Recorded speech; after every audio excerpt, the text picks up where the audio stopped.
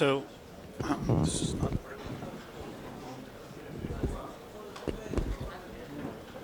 Okay, so we'll try within an hour to sketch how one can use quantum codes to do fault-tolerant quantum computation. And this is, well, most of it will be hints and not things, but along the way I'll define also some further codes. למה לא שומעים? לא. כך שומעים? אוקיי, בינתיים אני יכול כך. So,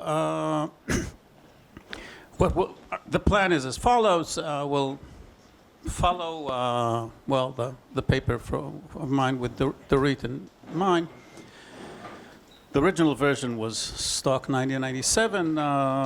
If you want to read something, read the final version of Siam 2008. It's much cleaner, and though reading it again now, I found, I don't know, dozens of typos and so on, but except for typos, things are done there very well. And in order to do that, I'll introduce the polynomial error correcting codes over FP. So like up till now, we talked about qubits. We'll talk about qdits. So the basic elements that we'll handle will be of dimension p, because we'll be working over FP. So we'll have p different things. So we'll be working on, in each coordinate will have dimension p. And we'll note them by 0 to p minus 1 as the elements of FP, and we'll consider these elements as FP. We'll do arithmetic and FP over them all along the talk. Now, we saw how to, so error correcting codes were used, okay, we have some information, we encode it, then we can transport it, few errors, and we can correct it on the other side. But now we want to do logical operations on the logical qubits. So one of the things that works with most CSS codes, and definitely the codes that we saw up till now, is that if you have one encoded word and another coded word, then if you want to do a controlled NOT, then parallel, just take the first one and do transversal operation. Take the first with the first and do a controlled NOT. That will take the logical state here and do a controlled NOT on the logical state here. So this is not for all stabilizer codes, of course, but for the codes we saw till now. And this will be also true for the codes we'll see today. Why is that good? Why do we want this? Well, suppose there's an error in this thing, then, well, of course, this will also be an error afterwards, but not the others. So errors that happened don't propagate and kill everything. So we don't want, so if all these qubits were involved in each of these qubits, then we will spread, one single fault will spread over and kill everything, and we won't be able to correct. So transversal operations are really great. Suppose error occurred, now we'll correct error here. And if there was one error here, well, let's assume that we can handle few errors, not just one. Everything I can say can go with one, but then I won't be able to say it in a neat way. So if you look, so assuming that we started with something which has at most one error and at most one error here, and then this operation, one of them with some probability p had an error, then the most we will have on each one of these, so we'll have maybe 2 errors here because we had a gate, and the gate, if it's an erroneous gate, it kills both qubits that it operated on. Maybe this one was bad to begin with. But if there was one fault along the way, then at most 2 faults will be in each one of these. So if my code can handle 2 faults, then I'll just now do error correction. Now the error correction might also be with faults. So if during doing error correction in a fault-tolerant way, which I don't think I'll get to describe, but I'll try to get to that. When you correct, you can't, everything is faulty. what you want to guarantee is that the number of faults is bounded below, say, 1 in our case. So after this step, we have possibly 2 faults. We'll correct. And if we'll do that in a good way without introducing, so if during the error correction procedure there will be just 1 error at most somewhere, then we'll be guaranteed that at most 1 qubit will be erroneous.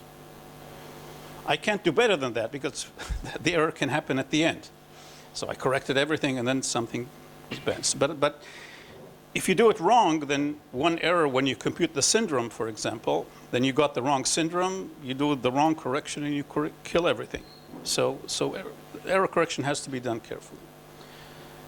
But so we'll do an operation, then error correction, and we'll manage to keep at most 1 error, and then we can go into, and so if we could do everything transversally, all the operation, we would get a universal set, which we can't. That's already written here somewhere on the board. Why is light dimming showing here? That's that I don't know. That's the. Oh, now I see. I need to move. Okay, so then essentially we reduced the error probability. So here, without any code, each qubit had a probability error of each time step independently had error probability of p. Then I reduced it to p squared. I need 2 errors so that something will be bad. 1 error I can tolerate in each block. So the error rate per operation will go down from p to constant times p squared. Because, well, we have, this whole thing is, this code will be constant, this code will be constant. So the number of 2 errors that could happen along the way during this, it's just a constant. And if this constant times p squared, so that would be okay. The problem is, of course, so we want fault, we'll do this. We'll try to do this, and many operations can be done transversally on the codes, and we'll give a special set of codes where we have many operations that can be done almost transversally. The problem is that there's Esti-Neal theorem, no-go theorem for transversality. You can't have an error correction code that can correct 1 erasure and make it universal. The most you can have is a finite group. It can't be dense. Just because, well, I don't want to go into the proof, but it essentially, you show that you can't get close to the identity because of, so you can't have a continuous group of transversal operations, so you can't have something dense. It's a finite group. You can't get universality. However, what you can get, and for many codes, you can get all the Clifford group operations. And the Clifford, we haven't mentioned the Clifford group, so no. So, well, for qubits or for higher dimensional, let me do it for qubits. So if we have the Pauli group, so we look at P1 times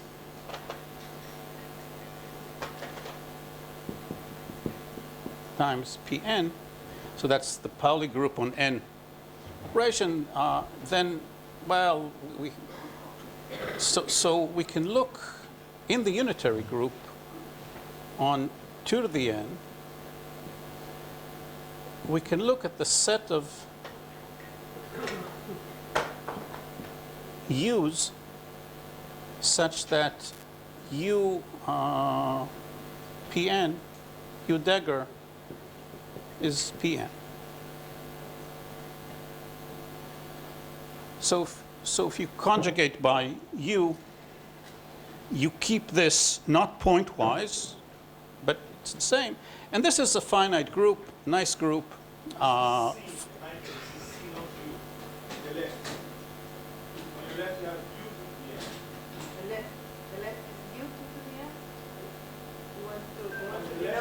No, this is elements in U2 to the n. That's not equal. No, sorry. Sorry. That's the Clifford group on n qubits. Cn is defined like that. Sorry. So P1, so C1, well,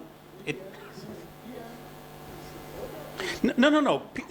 This is a subgroup of U. This is a subgroup. Everything sits in U2 to the n. So these are elements here are so Pn is all the sigma 1 tensor sigma n, where the sigma I are in P1. The last P is also P1. What's that? P on the right is also P1. Product of many P1s. As a group, P1. So this should be listed as sorry. Here the n, you're right. I wrote n for the coordinate, but it's P1. It's the n times tensor product of P1. So if you look at C1 up to a phase has 24 elements. The global phase we don't really care. So, but C2 is already something like 3,000. With a phase, it's 11,952, if I remember correctly. Probably some of the digits are wrong, but the 11,000 is correct. So this is, and it grows, but the number of Cn is about, the size of Cn is about 2 to the n squared. That's the rate of growth. But it's a discrete group.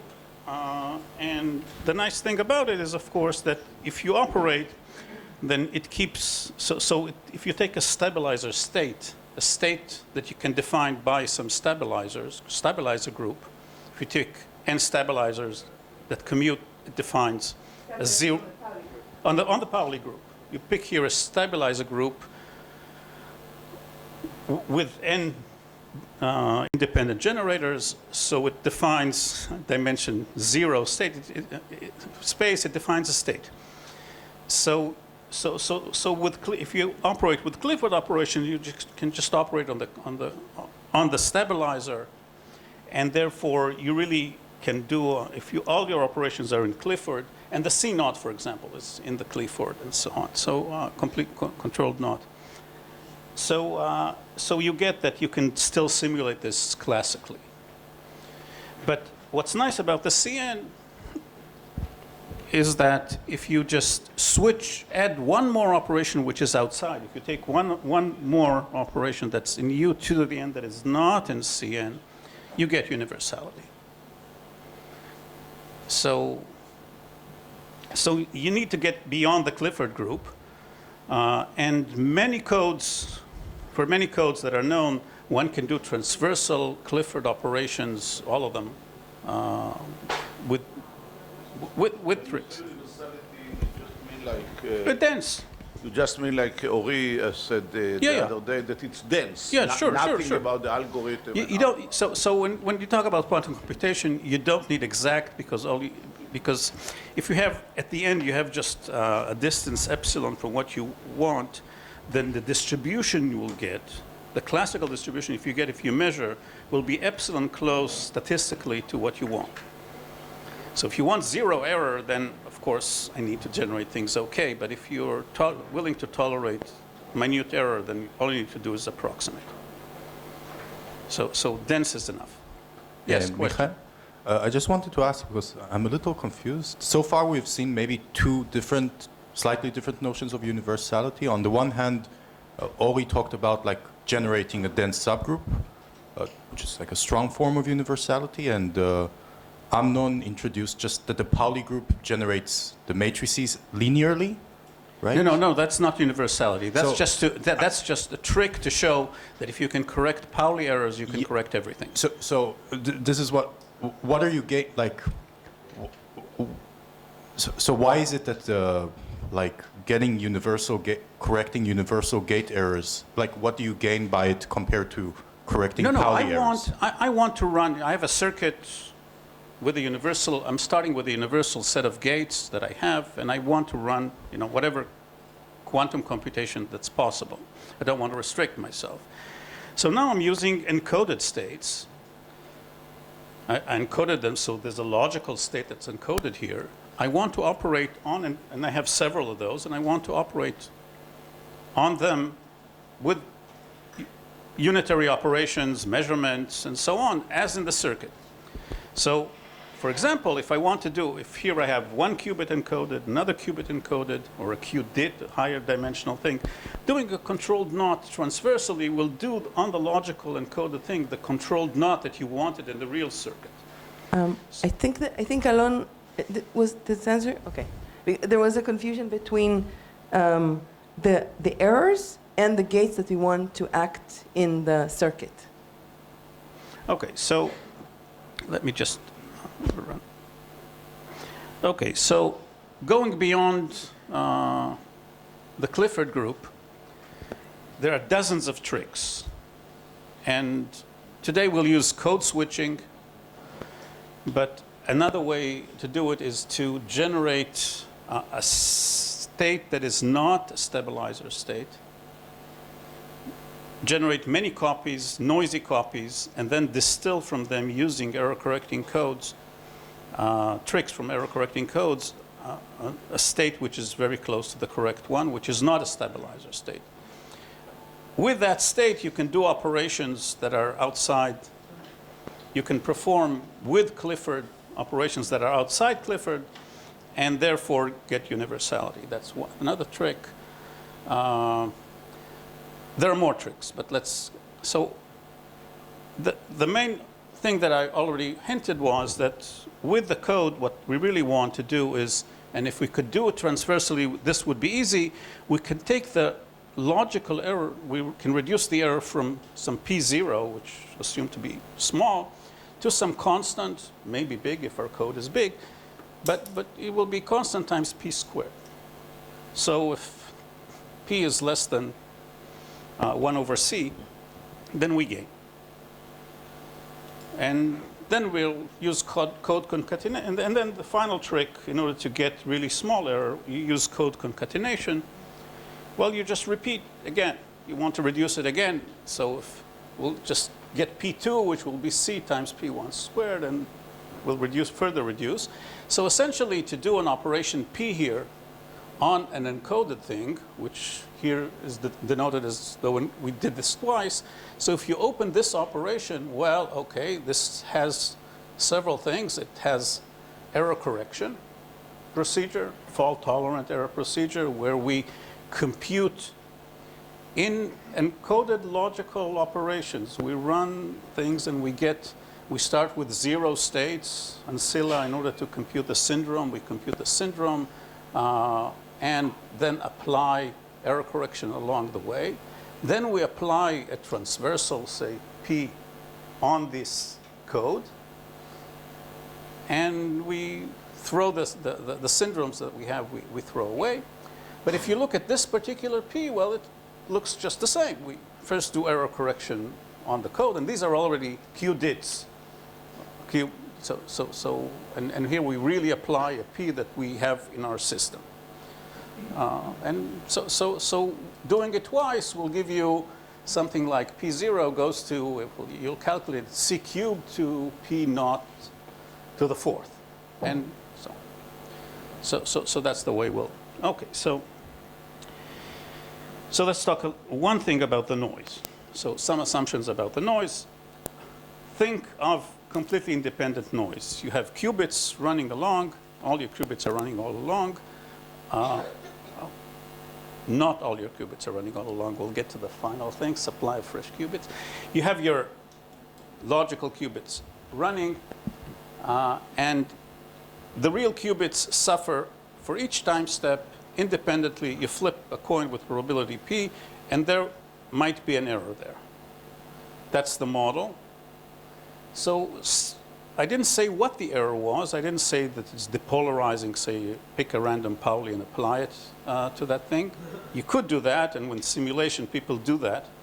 The proof is slightly stronger than that, so we can handle even worse nodes. So I flip a coin for all the computation. So suppose I build a fault-tolerant system, and now I look at whether it's working or not.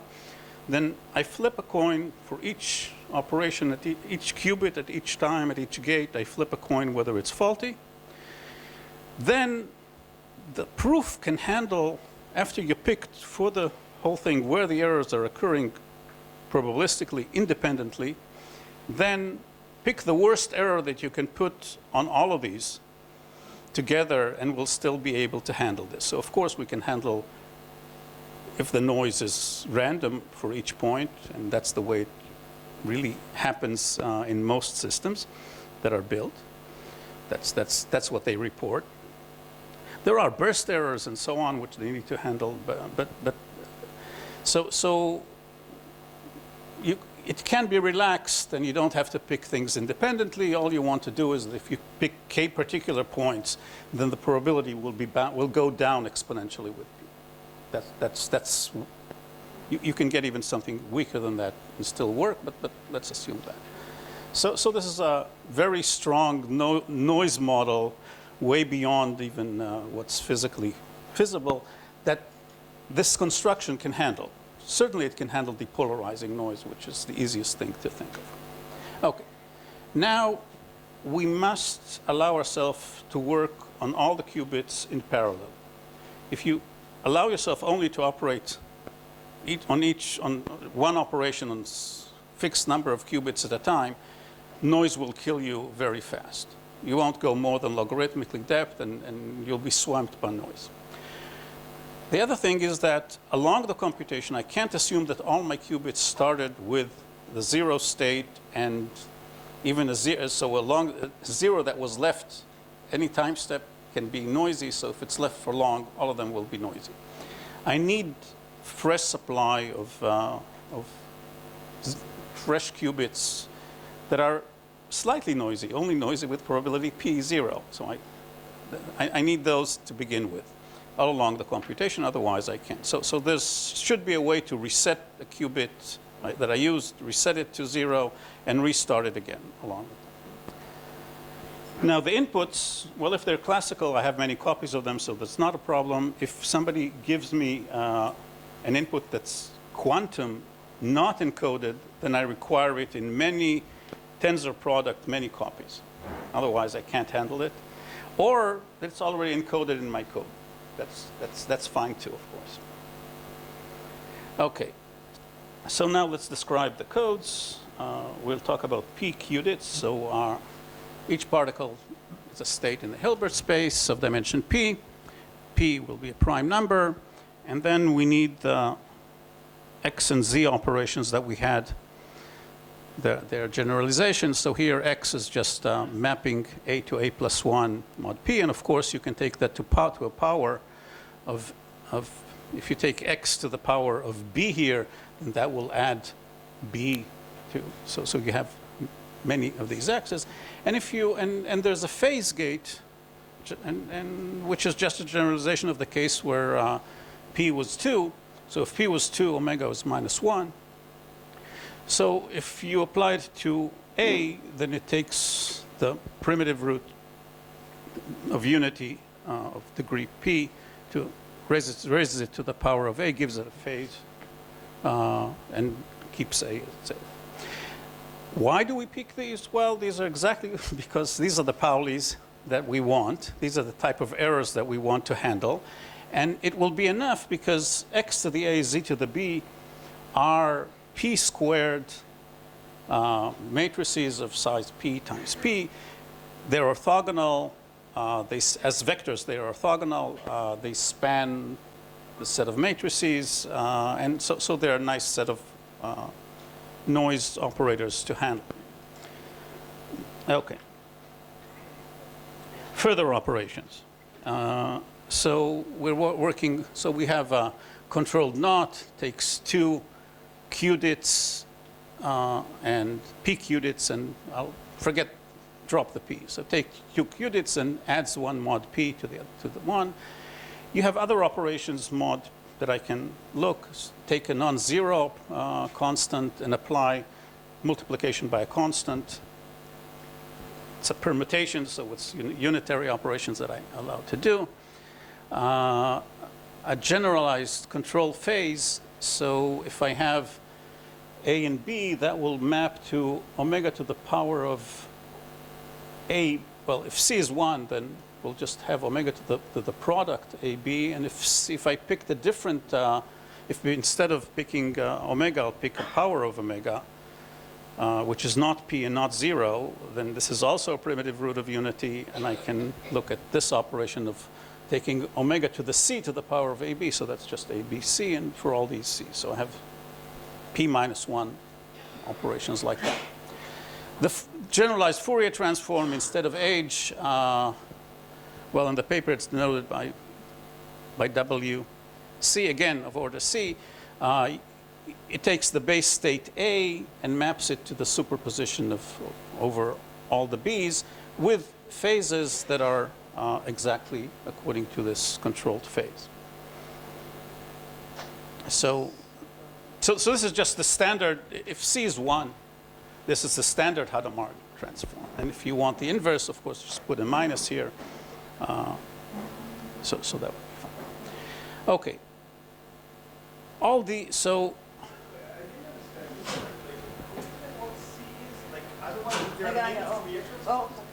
So C, I picked one particular primitive root of unity, mod P.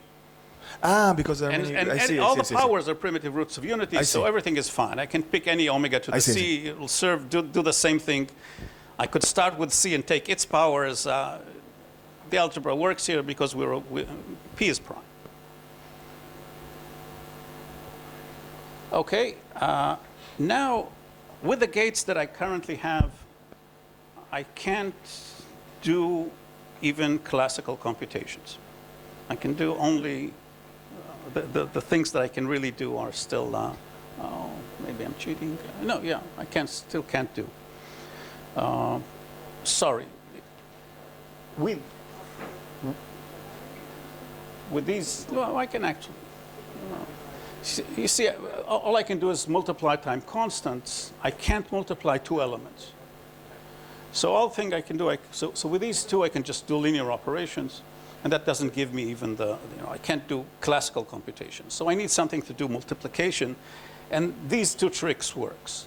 So you just do the Toffoli gate, and that gives you a reversible gate that does multiplication. If C was 0, then of course this will give you the product. You can get multiplication by squaring with tricks, known tricks, but only, of course, if the characteristic is not 2. Otherwise, you can't divide by 2. So if you don't want 3 qubit gates, you can get away with 2 qubit gates, but we'll use the Toffoli. Okay, so now the note is that these set of gates are already universal. Now, for over UP. They generate a dense subgroup of UP.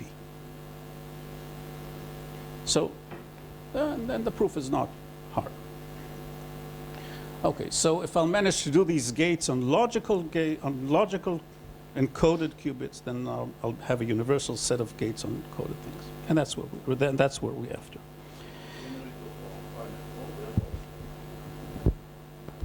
The generators that you present that are of finite order? Yeah. No. Yes. What? Yes. Yes. So most of them are almost their own inverse. If you do this several times, you just enter. Yeah. This is clear. This is its own inverse. If you add. No, sorry, you need a minus, but I need a minus gate, but it's not an inverse. But if you'll do it p times, then of course you'll get, and the same thing here. You'll just keep on adding, and then you multiply times p, and it will be 0. So the addition will be 0. So everything is finite order.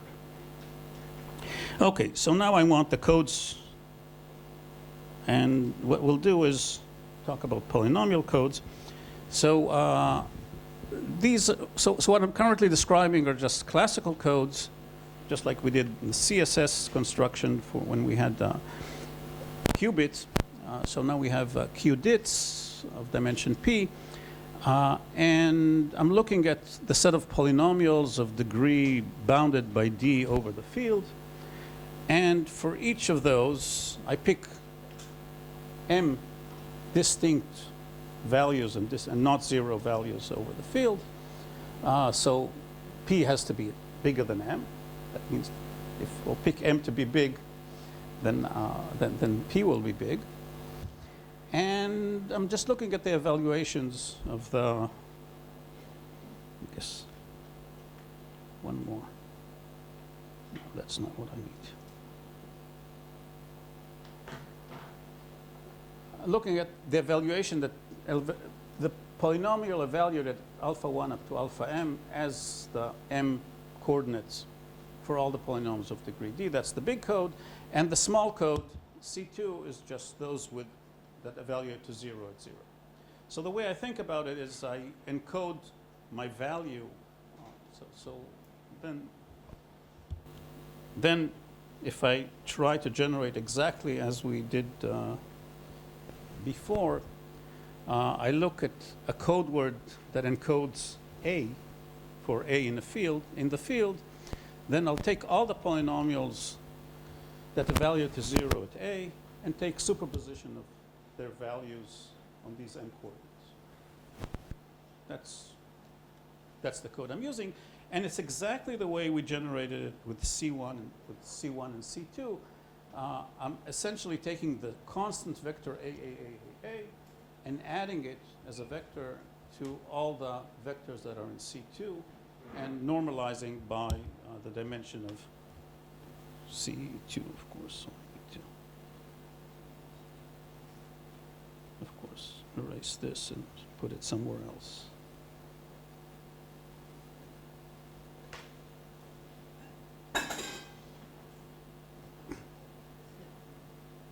So this is exactly the same construction.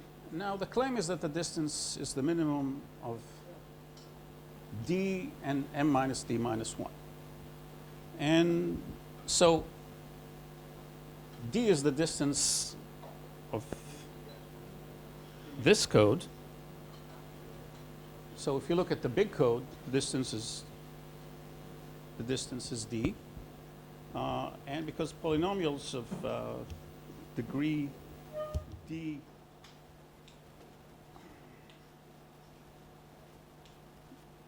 so two polynomials of degree d that are this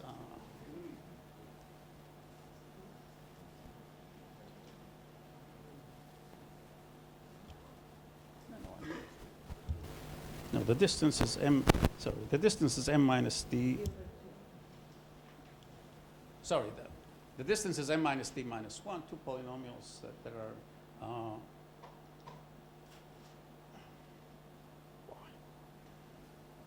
why not? Yeah, oh, yeah, if they why not?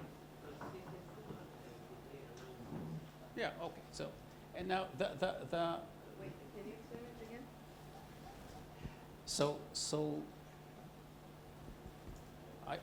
what I really need is C dual, C2 dual. I need to bound its degree. So the distance, two polynomials of degree d must be different. If they're different, then they must be different.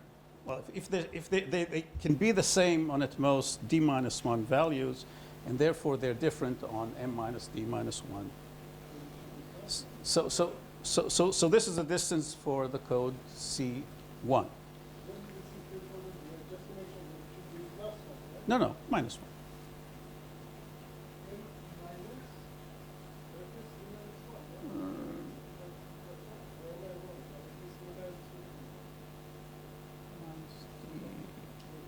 That's okay. Well, that's just And now, what I really want to do is look at C. So, let me do the hard part with the polynomials. So I need to look at C2. Mishaan? Sorry, who? What was the question? From here to here. Well, this is just go. So going all. So go all the polynomials. So if I look at all the polynomials of degree that have a, if I just take this polynomial and take minus a on all the values, I'll get a polynomial that gets the value 0 at 0, but it'll be all the polynomials. So the set of polynomials of degree d that get value a is exactly, if I reduce this vector, I get all the polynomials in C2, which are the polynomials that get 0, that are valued to 0. So this is exactly the same thing. Okay. So since our polynomials are of degree d, what happens is that when we go over all the polynomials, every d coordinates here are completely independent. So therefore, they Vicky, can I say just the thing about the distance, which may have sort of was passed without. Two polynomials that agree of degree d that are different can only agree on d points, and therefore the rest of them m minus d points must be different. That's the reason for the distance. No. Yeah. And so it's m minus d. So it's m minus d. And let's just erase this. And then you're now showing the difficult part, which is for the dual code. Yeah, for the dual code. So the dual code, what I have is that each d coordinates here get all the values. So if I look at here, if I take any d coordinates, they're completely everything can appear there. So there can't be a word in the dual code that's less than d coordinates, because they only the 0 vector will be orthogonal to everything. So that gives me the d for C2, and for the so we know we will be able to correct m minus d over 2, m minus d minus 1 over 2 x errors, because we can just run the error correction procedure on the x's, and if we'll apply the Hadamard transform and we'll move to d, we'll be able to correct d over 2. Yeah. Where we define SA to be this. Oh, I want to. It's a good code. It's a good code, and it's easy to operate logically on this code. That's the reason why. So that's why I want to work with this code. Okay, so to what's going to happen tomorrow, Tali, you're going to mention this, right? For the quantum locally testable codes, you're going to talk about the desire to have structure, something like that. okay, so for example, doing an X gate, applying an X gate to SA, if I want to move to SA plus 1, means applying an X to each coordinate that will add 1 to each coordinate, and will change this A to A plus 1, and I'll move to SA plus 1. So just adding 1. If I want to multiply, then I can multiply the polynomials. So multiplying a polynomial by a constant multiplies its free coefficient, and of course it multiplies the values. So if I apply multiply times C over here, transversally I can multiply times C. So many of the operations that we saw before can be done transversally. The one thing that we need, so x is easy, phase. How do we apply the z operation? So this is explained here, and let's go over it. So we're with polynomials of degree less than m minus 1. If I take m values, there's an interpolating polynomials of degree m minus 1 interpolating through it. And so for every m values, there's a polynomial of degree m less than or equal m minus 1. And moreover, if you take the values, you can find the coefficients by the linear operation. So there are some constant in the field. They're non-zero because the value of the polynomial depends on that. So all these are non-zero, which give you the value at 0. So let's pick these constants Ci according to the interpolating polynomials for degree m minus 1. And now what we'll do is apply transversally on the nth qubit over here, we'll apply this operation. Apply omega to the Cl, where this is the constant, to the A, which is one of the things. So I apply Z, C to the L times, and I get this. Okay, so what does this do?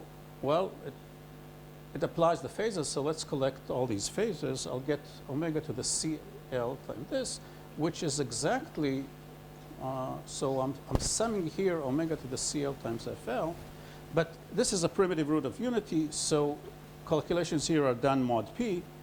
So what I get is just F naught, and F naught is A. So I got exactly what I wanted, and that's the omega to the A times S. So that's why I'm using these polynomials. They're nice. I can do nice operations on them. And the same idea does the controlled phase gate. You do it, you have F's and G's, you apply them according to each coordinate, you collect things and so on, and you get here the product. I won't go into that. The Fourier transform is a bit more challenging. Both the Fourier and the Toffoli gates are a bit more challenging here. What we want is to map this, and I wrote here now the degree of the polynomials.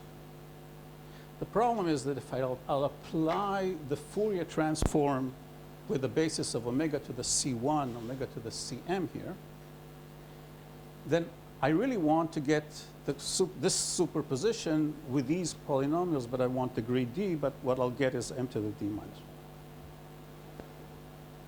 So I'll get a different polynomial code. Yeah. I'm sorry, maybe I'm very behind, but I'm still having a bit hard time. So on the one hand, we had like quantum error correction. You had a code and you're asking about its robustness to errors, but now you also have gates and circuits. Like how do they, like, are you designing an algorithm? Are you talking about a code? I'm a bit confused as to. I'm trying, so I had gates, I had qubits, and I had operations on them that gave you universality. I want to do these gates on the encoded logical thing. So I encoded things in a code. It's an error correcting code, which can correct errors, and that's fine. Now I want to do logical operations on the encoded thing. So I encode, each qubit is encoded in a block of code. And I now have blocks, and I want to do so this encodes a state, this encodes a state. I want to do a logical operation. And you're asking which logical operations you can do without, so that you can still correct. Everything I'm doing now is still transversal. So I'm just doing transversal operations and managing to do this.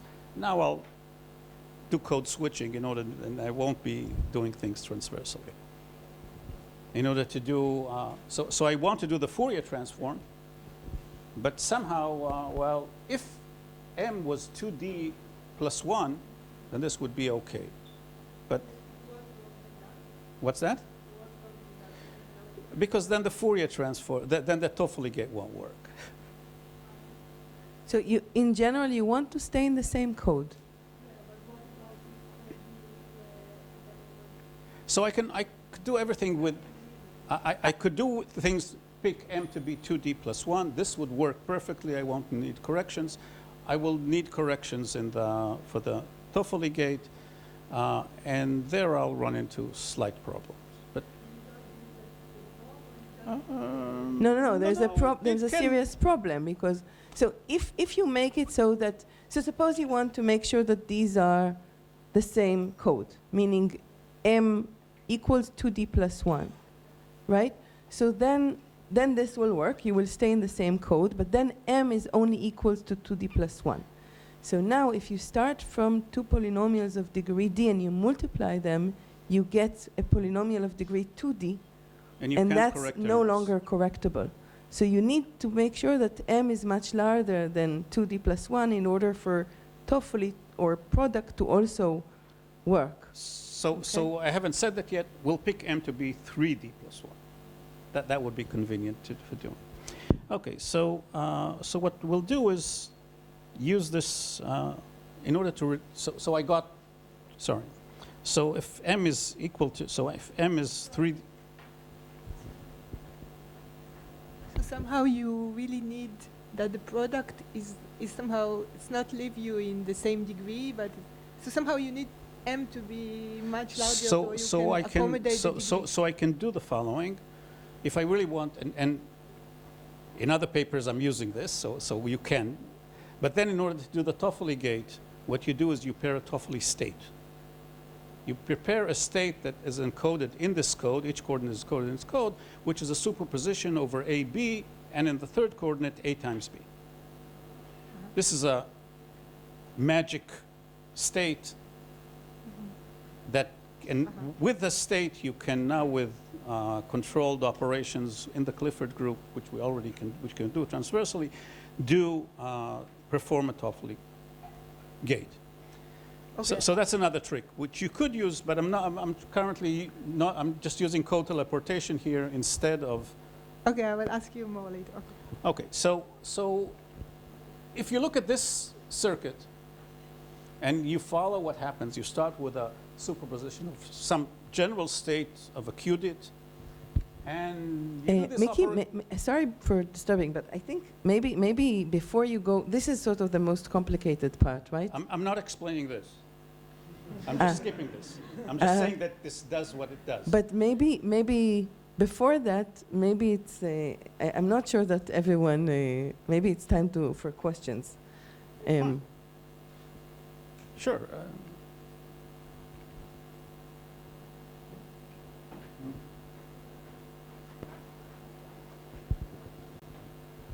Oh, sorry. I had a leftover question from before where you said that you need Toffoli and Fourier transform. I was wondering, for qubits, I know that C-naught and the Hadamard is enough for doing anything. So here you need more? Or you need, that's over, you can erase half of those and still get universality. C-naught and Hadamard are not.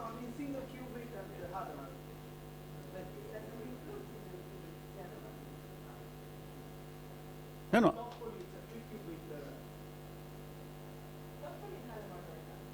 Toffoli and Hadamard are, that's true. Are still Clifford. The Fourier transform, the Hadamard is in the Clifford group. It moves Paulis to Paulis, so just switches the X and the Z. So. Wouldn't it be simpler to have like a generic single qubit gate and then just Hadamard instead of Toffoli? The problem is how to you could generate whatever you pick some two random unitaries on one qubit. That'll be enough. They'll generate with probability 1.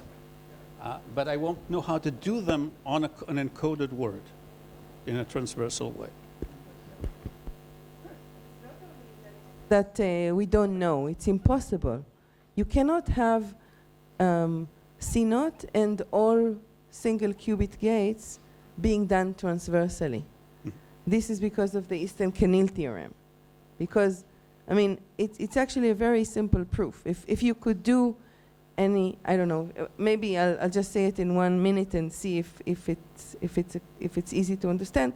If you could do a general single qubit gate, single qubit rotation transversally, then you could, because of universality of this, you could have generated any rotation by any small rotation, okay, by any small angle. You can't get a continuous group. So the reason why this cannot be done to see that is that if you could have done this transversally, then you could have generated, you could have started from a code word and rotated by a small epsilon each one of the coordinates, by arbitrarily small epsilon. So now you can write it Taylor expand, and to within the zero order, you didn't do anything. You're in the code word. To the first order, you've done something, say a Pauli on one coordinate and nothing else. And this is exactly an error. And the code is supposed to correct that error, which means that logically, basically, you are still in the code. So if you were able to do this up to epsilon, basically you didn't move at all from the code to within first order, and second order is less important. Yeah. So roughly this is the idea of the proof of the Easton-Kenil, that you cannot hope to do a universal set of gates transversally. That's why you prefer Toffoli, because there is no Toffoli ever. Yeah, it's a discrete gate. It's a, I mean, you can hope to do it transverse. It's actually not transversal. That's what Mickey is now explaining. But so Toffoli is not going to be transversal.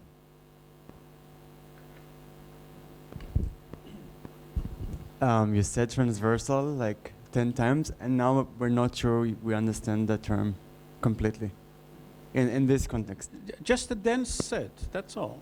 A dense set, you can generate, this group generates a dense subset of in the unitaries. Transversal basically just means, maybe you can go to the first Transversal picture. is just it means that you can do you can do this thing, that for every gate, for every logical gate that you want to act, suppose like a C naught, you actually apply the C naught on the first qubit in the first block and the first qubit in the second block. Then another physical C naught on the second qubit in the first block and the second qubit in the second block.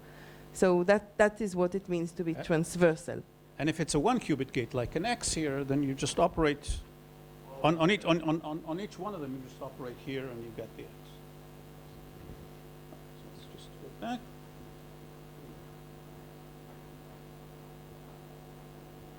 Okay, so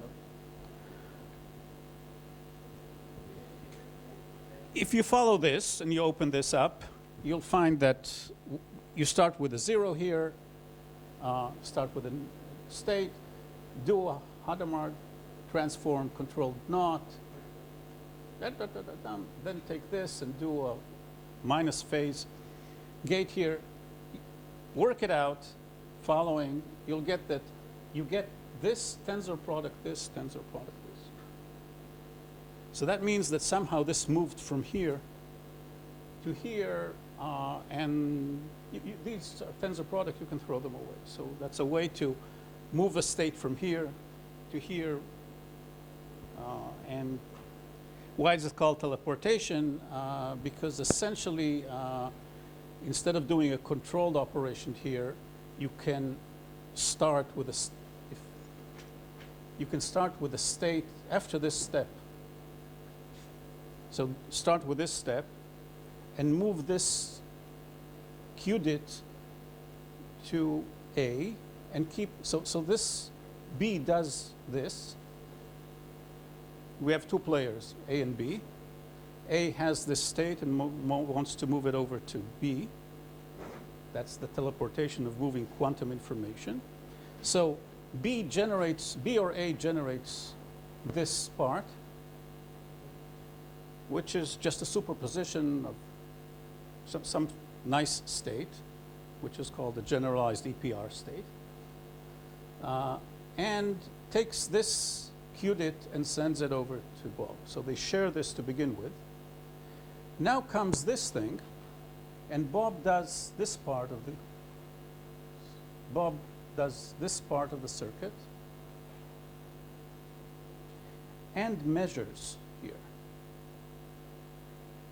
He gets classical information, sends it over, and then applies one x or one particular x depending on the value that he got here, or one particular minus z depending on the value here, and this pops up here. So we can do measurement here and pass classical information to get this qubit to disappear there and appear here. So that's a teleportation. In a circuit, we don't measure, we don't need to measure, but we can do these operations in a coherent way, and this will work. So this is why this is called a teleportation, and I put it in parentheses because we're not teleporting anything, we're just working in our own system, we control everything. So now, pick M to be 3D plus 1. Yeah. I wanted to ask why there is no error on the teleported. Oh, no. This is assuming that things are free, error-free. This is a teleportation circuit with no errors. Okay.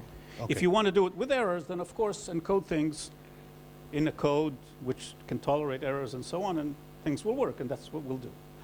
All right, thanks. So we immediately will apply this. So we'll pick M to be 3D plus 1. So 2D is M minus D minus 1. So when we, and that's the, so we want, so we have, so what we do is we prepare this. What we really want to do is.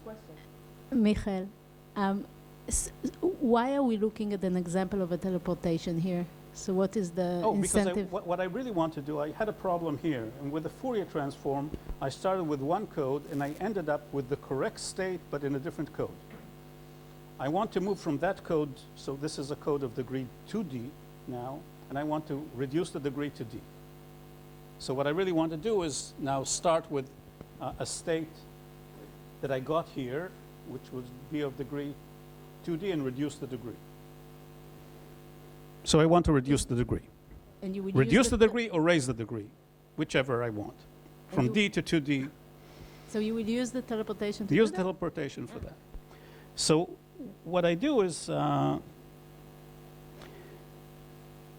if I want to raise the degree, I want to start, this is D, and I want this to be in a code of degree 2D.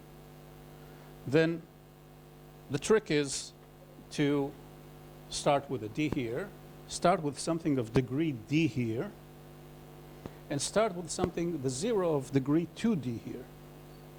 Now what happens is that when I do this omega, this maps to 2D. So I get here 2D, and this controlled knot is between the code of 2D. So I get this EPR pair, but it encoded in degree 2D. I can do this controlled knot, and things are fine because addition, I'm adding a polynomial of lower degree, but the values are okay. The free coefficient, when you add, operates okay, so they add up, so that's okay. Now I do another omega here, so things are 2D. And now I do these 2D operations here. This is 2D, and what I get here is 2D. And I get the state that I want encoded. So if this was SA, then SAD here, then here I'll get SA, but with 2D. So that's raising the degree. So if I want to reduce the degree, then, well, this won't work. I can't teleport directly, but what I can do is, well, that's listed here. Well, just use Fourier, apply Fourier to the state, and get a degree D state, teleport it to 2D using this circuit, and then apply Fourier to reduce to give it back, and you'll get what you wanted. So that reduces from 2D to D. So you can raise the degree, and that's exactly what we wanted. We wanted to reduce the degree in this case. So we'll use the long sequence of Fourier, teleport, Fourier, and we're done. Same thing with Toffoli. So Toffoli, if you apply transversally, well, you multiply polynomials here, so you get a polynomial of degree 2D. And then you just use this teleportation to reduce the degree and get there. So now we have a universal set of operations, and we want to, okay, so now I'll go to the end, skipping lots of technical, so what we really need to finish our gadgets in order to just really reduce the error from P0 to constant time P0 squared, we need a few more gadgets. We need to start with a 0 state. So we need somehow to generate the state. So if there were faults along the way, we'll get a state with probability, with error probability constant times P squared. If bad things haven't happened, we'll have at most one error in the code, in one of the coordinates. We need to generate that. A way of generating this, we need something else. We need to do the error correction, run the error correction itself. And the error correction itself, let me note one thing that you cannot do and why you need this won't work. Oh, this is an easier way.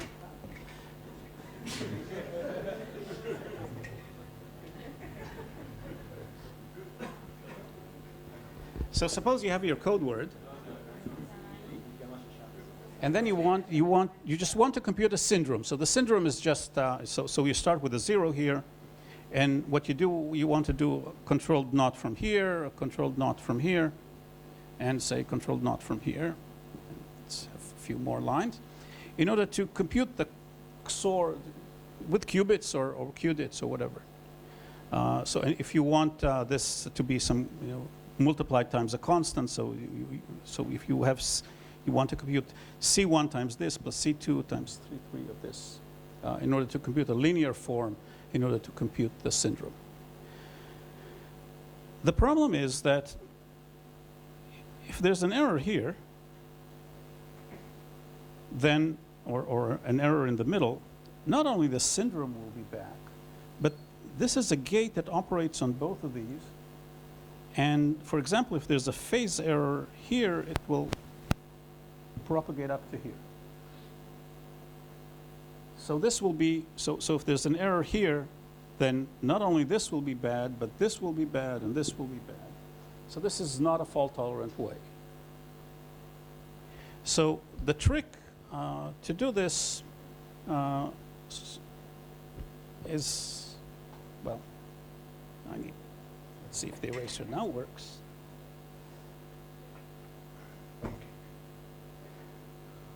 This is still fresh enough so it gets erased. You can, there are various ways of doing it. I'll just really briefly say what you do. You can take here, I'll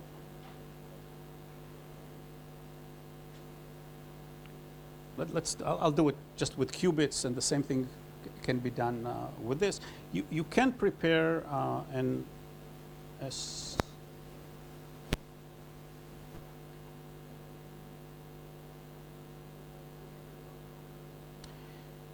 You can prepare an S naught and then apply Fourier to get the superposition over all the S B's, summation over B, and then apply from here to this one by one a controlled Z operations. So I moved. What I really wanted to do is to add to S naught the values that I wanted, but I can, since I moved to phases, then I want to collect everything with a phase. These don't kick back up. And then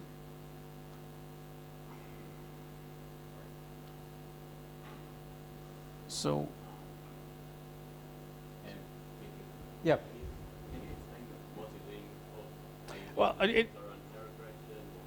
okay. So you have to be you have to be careful when you when you so that's not the way it's done in the. Let me do it. You know, well, assuming things are for p equals 2. Yeah, but yeah, he's doing the error correction. So if you the error correction fault tolerantly, because the problem is that the error correction, if you just do it syndrome measurement, it's not fault tolerant. If there's an error, so I'll show Shor's everything is right. way of doing it. There's Steen's way of doing it. Start showing. So well, it's not exactly transversal because you have to generate some. You are going to do it with generating an extra state. So you generate an extra state. That's not a transversal operation, definitely, because you start from 0, 0 and you get to an entangled state.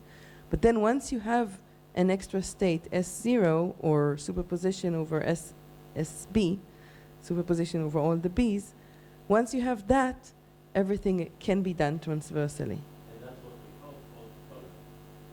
If it's transversal, you have to check if, fault tolerant, if it's transversal, then it's fault tolerant. There are other ways to do fault tolerant computation, but it's much, much, much more involved because you have to sort of track the errors inside. So this transformation is non-transversal, not completely transversal, and if you track the errors, you can make sure that a single error will only propagate to a single error at the end. okay, so I'll simply describe one of the simplest way of doing it. Here I'll do it to qubits. It generalizes to qubits. But please. Even when you are using this more difficult gate, then and one error should pass to one error. Yes. So I'll describe, assuming here now qubits. It can work with qubits too. You generate a GHZ state. So you generate the state 0, 0, 0, 0 plus 1, 1, 1, 1. 1 over square root of 2. The length of this is, if this is m bits, then m qubits, then you have here m. And so you generate this. Since it might be noise, you check it. You check it 3 times because even that, so if one check was wrong, then you can pick the most. All I want to do is make sure that I'm handling one error. So at the end, 1 qubit here might be erroneous, but everything is okay. Now, what I do is now, so this state itself is m lines, and what I do is I take the XORs to, so this is to the last, so I have 4 lines here and 4 lines here, and this is 2, then I take this to the second one. So I do this transversally, but I do a controlled Z.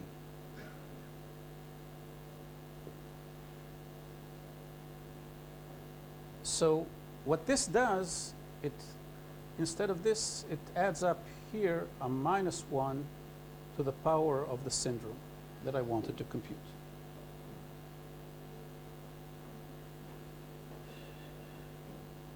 And so now things, of course, errors don't propagate because it's transversal. If this was correct, then these are 2 orthogonal states, and I want to distinguish between them. I do a Fourier transform, and then what happens is that if you do the Fourier transform on this, then if it's a plus, then you get only even things, and otherwise you get odd things. So you just measure and see whether the value is odd or even, and you found the syndrome. Of course, there might be an error here, so things might be error, and then you just repeat it 3 times for this particular syndrome, and you compute each syndrome by itself. Now, when you want to evaluate the correction, you have now the correct syndrome with high probability, unless there were 2 errors. But you apply just the correction with this computation. If you had an error, then you do this computation for each qubit that you want to correct. Because if it was bad, you don't want to kill more than 1 qubit. So at the end, if you follow things, and if the whole procedure, during the procedure we had here, say we started with, our code could correct 3 errors, and we might end up with 1 error if there was 1 error in this whole procedure. So similarly, building the zero state S0 generation as a similar way. I'm running. It's not. I just want to finish, just to give the punchline of what's the overhead of the construction. So now.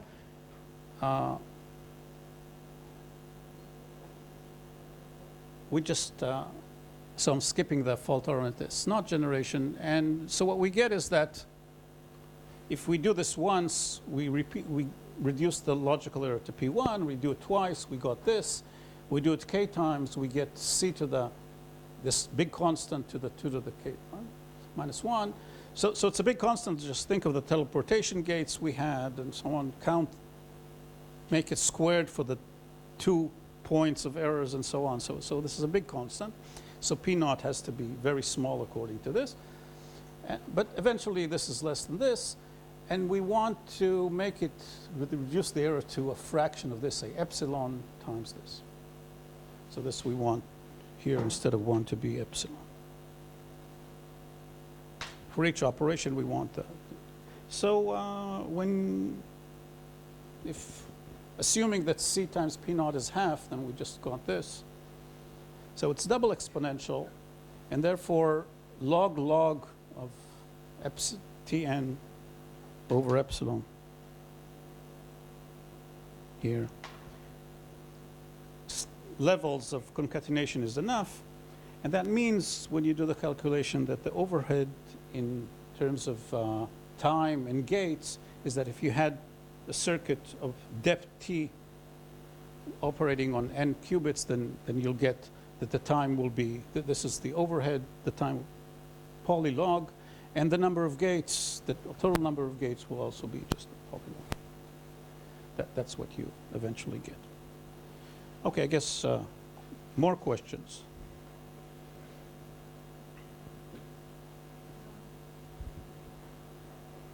You can do it without polynomials or with some other codes which are not like load yes, polynomials? Certainly. So with, again,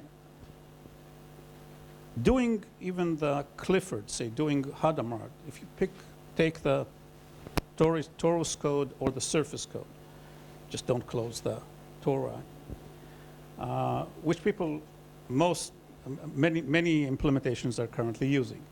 So it encodes just 2 qubits, so it's not this is even worse. So this encoded just 1 qubit and required operations on the qubits, which are not simple for physicists. Working with qubits is easier, just keeping 2 distinct levels and not D levels of a system. So their controlled knot works transversal, that's fine. Controlled phase works transversal, but when you do Hadamard, then, well, you shift the code. So you get a different code, but it's just 90 degrees rotation. That's the transformation. So it's just a permutation of the qubits. So in our circuit, that doesn't really matter. Just permute the codes. But these qubits are sitting on a grid physically. So when it's so the qubits are sitting physically in 2 dimensions on the, if it's a solid state. There are other systems where you can move the qubits. So let's say with the cold atoms, Rydberg atoms, you could just move the qubits any way you want. So with other implementations, moving the qubits is trivial, not completely trivial, but so you can get the Hadamard and you can get all the Clifford. Now you need another gate. So what you do is you generate a Toffoli state.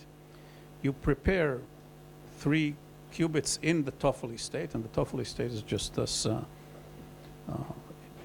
So Toffoli state is just this 1 over p summation AB, AB, and AB.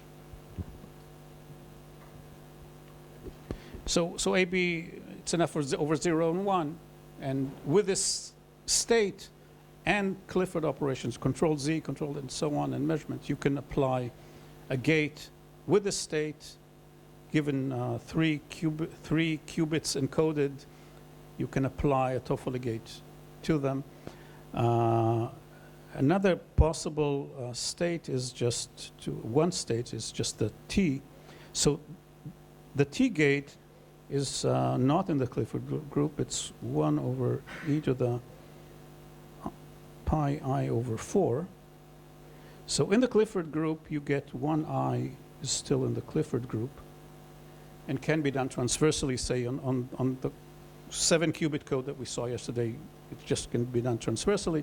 So this can be done, but this together with the Clifford already gives you, so this by itself, together with the Hadamard and so on, gives you universality already, or controlled knot. So in order to do this, you can generate the T state, which is just 0 plus e to the pi I over 4, 1. What's that? Sorry. So you generate the state with this what you'll get when you'll take just a phase, take a 0 plus 1, apply this phase, you'll get this. So in order to generate this, you can have the state and together with Clifford operations apply this gate. So what people are doing is that there's also a procedure of getting lots of these, which are noisy, and extracting from them using error correcting techniques. You essentially make many copies and then run an error correction procedure on them and get fewer that are cleaner. If you look at it, this is a very heavy operation to do in implementations. The real reason why they never really published universal set of gates is that they really can't achieve this within the time of coherence of their system. That's what happens in many cases. So people are using all sorts of tricks in order. There are various suggestions to do code teleportation, to do moving over to a code where this operation is possible, or control Z is possible, and then shifting back gives you also universality. So all these tricks are done, and it's really in engineering what you manage to get.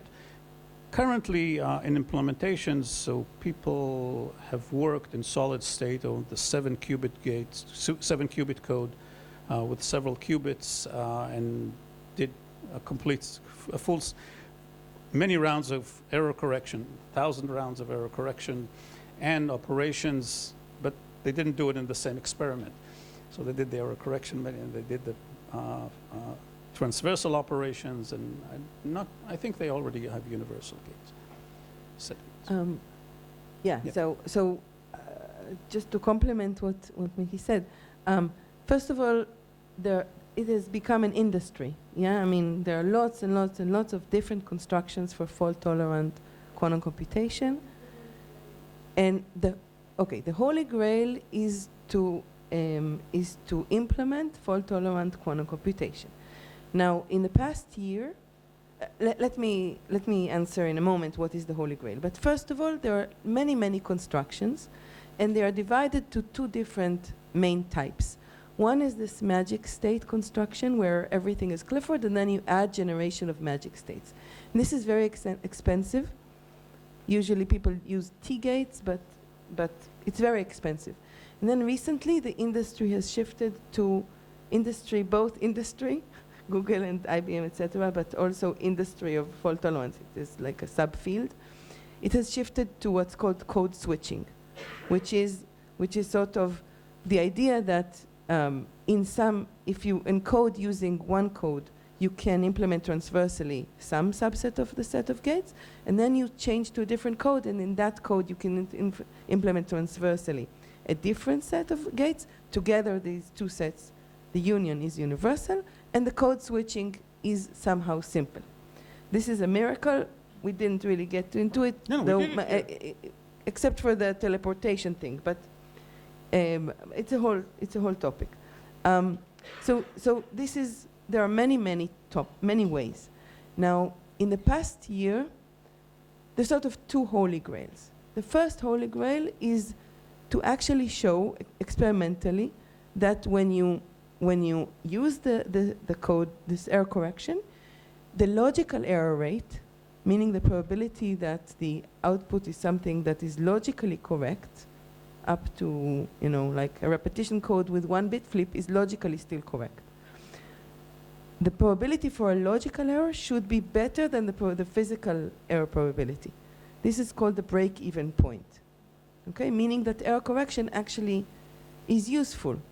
Even though you replace the computation, the small computation by a larger computation, you introduce more errors, it's useful.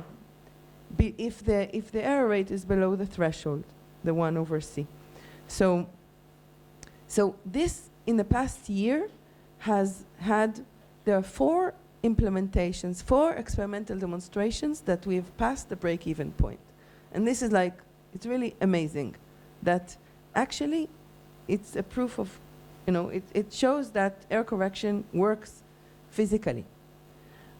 But the real holy grail is, of course, to be able to scale it up to larger systems and to be able to experimentally implement fault-tolerant quantum computation. But sort of the results of the past year of 4 different platforms, 4 different groups, showing that we've passed the break-even point and error correction, fault-tolerant error correction is possible. This is sort of showing that we can be confident that this will be done eventually, and it's only a matter of scaling. One of them actually even showed that the scaling is correct. So they used bigger and bigger codes with larger distance, showing that the error rate goes as predicted. So again, the reason why they use this, they got to a level where they can't simulate, so they just show that it goes down. Again, most of it was done for memory and without operations. So it's not, nobody has shown a real, even a simple, actually there are already, there are examples of a computation. I'm not sure that they really implemented universal computation. Yes? Fine, okay. Can you, as I understand it, there is still an error of magnitude of epsilon after the syndrome, after the cycle. Can you give an magnitude order of depth of a meaningful circuit, like a Fourier transform or phase estimation, using error correction? Well, how deep it is, how many gates for like 1,000 qubits? Well, depending, of course, on the operation you want. So when you want to do a phasor, you have to implement the gate. So and you have to. I mean, like a phase estimation, the algorithm. So you need to implement a controlled unitary And the question is, how hard is it to compute the unitary? So if it's a Pauli, things are simple. You just do controlled Pauli, and we can do this on the encoded things. And they're But how? Let's say it's easy, like so order of O1 gates. How? What is the depth of the circuit? Like how many operation I will need to do with the cycles of the error correction in it? The order of magnitude. It's so with what I described, it's way beyond what you want. And it's enormous. Because I need M to be rather large to correct more errors and so on. With encoding of the surface code, so you get so that has been implemented, and they actually you can run the computation. Then each qubit is encoded in 25 or 49 qubits. So each operation is multiplied times. Just to do a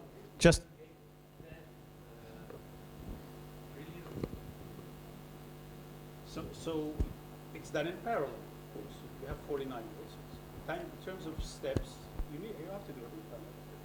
So the time doesn't grow that much. Here, the time is exactly the levels of. Sure.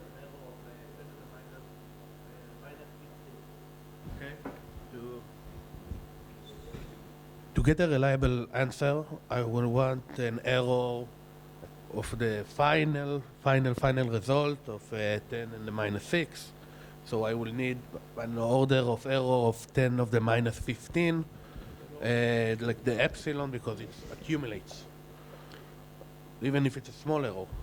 So what I wanted to understand, it's how deep the circuit with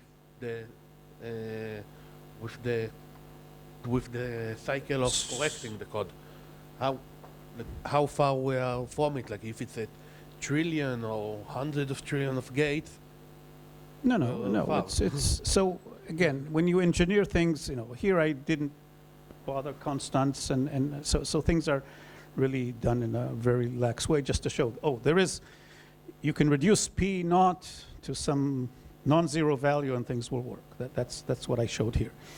When you run things, then they really do the simulation and pick the best codes for this particular circuit. So they can run the simulation, assuming that that what you're doing is Clifford operations. They can actually run the full simulation with the errors, assuming that the errors are depolarizing channel. This is another Pauli error. So you can do simulation of large systems.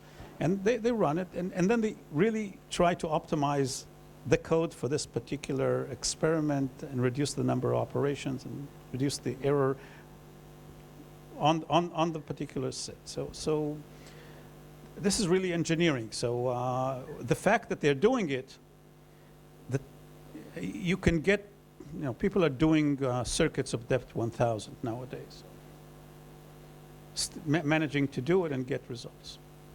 Not more than that. I just want to make a very small remark, just so that people are not left with, that the proof of the fact that the errors actually, that if we are below the threshold, that it actually works.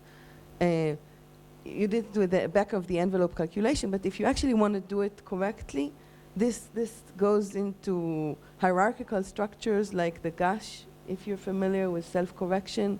Hierarchical definitions of distance, and it's much more, it requires much more care, so it's, but somehow the intuition is correct.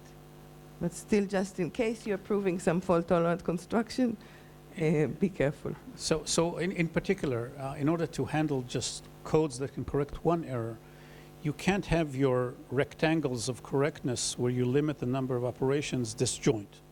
You have to have them overlapping, of course, and stuff like that. Okay, I think we want to keep schedule, so let's thank the speaker.